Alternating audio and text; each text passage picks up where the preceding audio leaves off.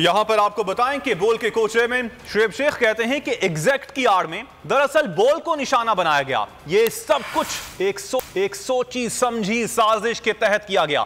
इसके ताने बाने एक चैनल के मालिक से जुड़ते हैं। जब यह तस्लीम कर लिया गया कि कोई जुर्म हुआ ही नहीं तो फिर हमारे खिलाफ केस का क्या जवाब है। प्रोग्राम तज्जिया में शुएब शेख ने अपना मुकदमा अवाम की अदालत में पेश कर दिया।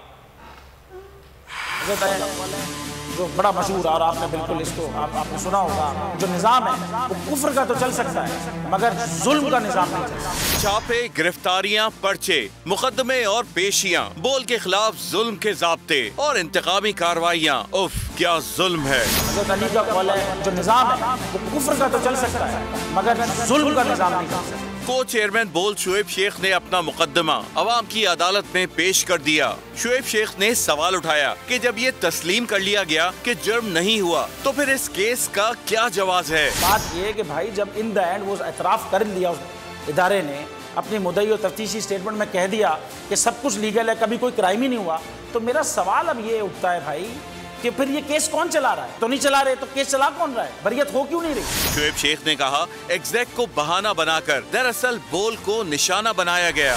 तो इन द एंड गर्ज ये कि उन्होंने कहा जी जो भी कुछ एग्जैक्ट कर रहा था वो सारा लीगल था और कभी कोई क्राइम हुआ ही नहीं। ये उनके जुमले हैं, मैं बिल्कुल रिपीट कर रहा हूँ कि कभी कोई क्राइम ही नहीं कमिट हुआ, लेकिन केस चल रहा है। ये स्टेटमेंट जब एक आईओ, एक मुद्दई, एक तफ्तीशी अफसर खुद जमा कराए तो वो अपने डिपार्टमेंट के बिहाफ पे जमा करा रहा है ना। वो स्टेटमेंट हाई कोर्ट में सबमिट किया उसने, ये छोटे कोर्ट की जिरा के दौरान थोड़ी कहा है। और यही स्टेटमेंट उस वक्त के डीजी एफआईए ने, यही स्टेटमेंट, इस किस्म की एक report supreme court of Pakistan में भी सबमिट की, उसमें भी यही बात की है। अब एक इदारा जो खुद मुद्दई और तफ्तीश कर रहा था वो ये मान चुका लेकिन हमारा केस चल रहा है। ये मैं हैरान कुन बात ये है, वो अपने स्टेटमेंट में ये भी बता रहा है कि ये असल में केस इसलिए हुआ था कि एक साजिश हुई थी, एक चैनल मालिक ने साजिश की थी, ये उसके गवाह ने एतराफ़ किया है और नाम भी है इसमें उसका, उस मालिक का।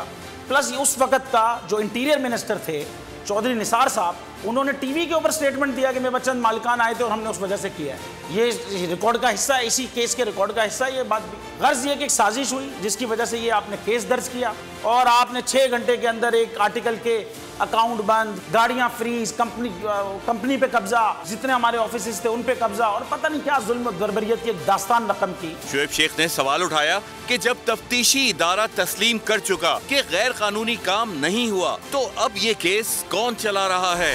सुप्रीम कोर्ट के मंसूर अली शाह साहब जस्टिस ने एक ऑर्डर पास किया उनकी बेंच, जो अभी रिसेंट ऑर्डर है, और उस ऑर्डर के अंदर उन्होंने बड़ा क्लियर बता दिया कि जी बरियत की जो दरखास्तें हैं वो कब कब लगेंगी, कब एक्सेप्ट हो जानी चाहिए। उसमें से एक वजह उन्होंने बताई कि जी जब कोई क्राइम ही ना हुआ हो तो बरी कर दें ताकि अदालतों पे बोझ ना रहे, वो केसेस चलते ना रहे। ये स्टेटमेंट पास कर, ये जजमेंट है। अब ये सब कोर्ट्स ने मानना है इसको कि हमारा केस चला कौन रहा है जब ये सब माना जा चुका है और सुप्रीम कोर्ट मिसाल कब से कायम करना शुरू कर। बोल के को चेयरमैन ने कहा IT कंपनीज के साथ ऐसा नारवा सलूक किया गया तो मुल्क के लिए ज़र मुबादला कैसे जमा हो सकेगा और बेरोजगारी भी बढ़ेगी। एग्जैक्टली इसी किस्म के केस में इन्होंने कुछ IT कंपनीज के ऊपर छापा मारा FIA ने और इसी किस्म की कार्रवाई की।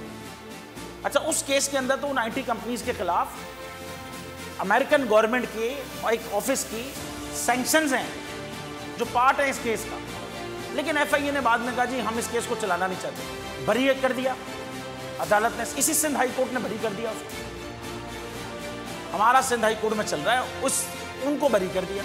जबकि इंटरनेशनल मीडिया ने उसके बारे में कई बात की कि ये बरियत कैसे है जब सैंक्शंस लग गई और दिस एंड दैट। लेकिन मैं तो समझता हूँ हमारे मुल्क की IT कंपनीज हैं, उनका ये केस रजिस्टर ही नहीं होना चाहिए था। अगर आप IT एक्सपोर्टर के साथ इस तरह के जुल्म करेंगे तो कौन एक्सपोर्ट करेगा? फिर जब IT की एक्सपोर्ट नहीं होगी फिर ना नौकरियां होंगी ना एम्प्लॉयमेंट होगी। आप सोचें ना, बिलियंस ऑफ डॉलर की एक्सपोर्ट हम कर सकते थे पाकिस्तान से, वो आपने डैमेज किए, पाकिस्तान का नुकसान हुआ।